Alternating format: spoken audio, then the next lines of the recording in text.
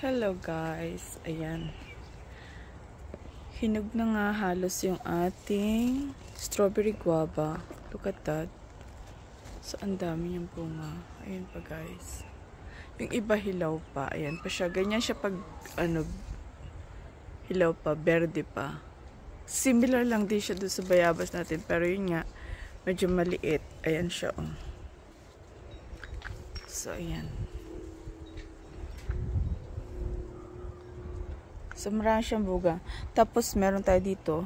Kahit maliit pa siya, guys. Ayan, nagbubunga na siya. Kita nyo naman, oh. Ayan na yung lupa. Ayan.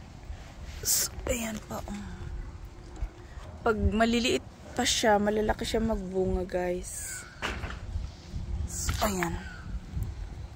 Ayan. Look at that. Kunin natin yung isa. Medyo okay na yan siya. Ito. Ayan siya guys, so. Pwede na siyang kainin. Pwede siyang gawing jam. Kita nyo, ang dami niyang bunga, oh. Kahit maliliit pa. Ayan. Meron din dito, ayan, ganyan. Meron pa tayo sa likod. As you can see, ayan, oh.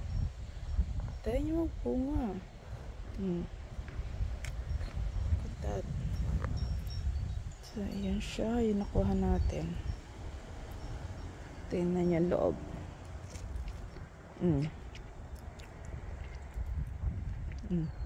Para siyang bayabas talaga. Strawberry guava nga eh.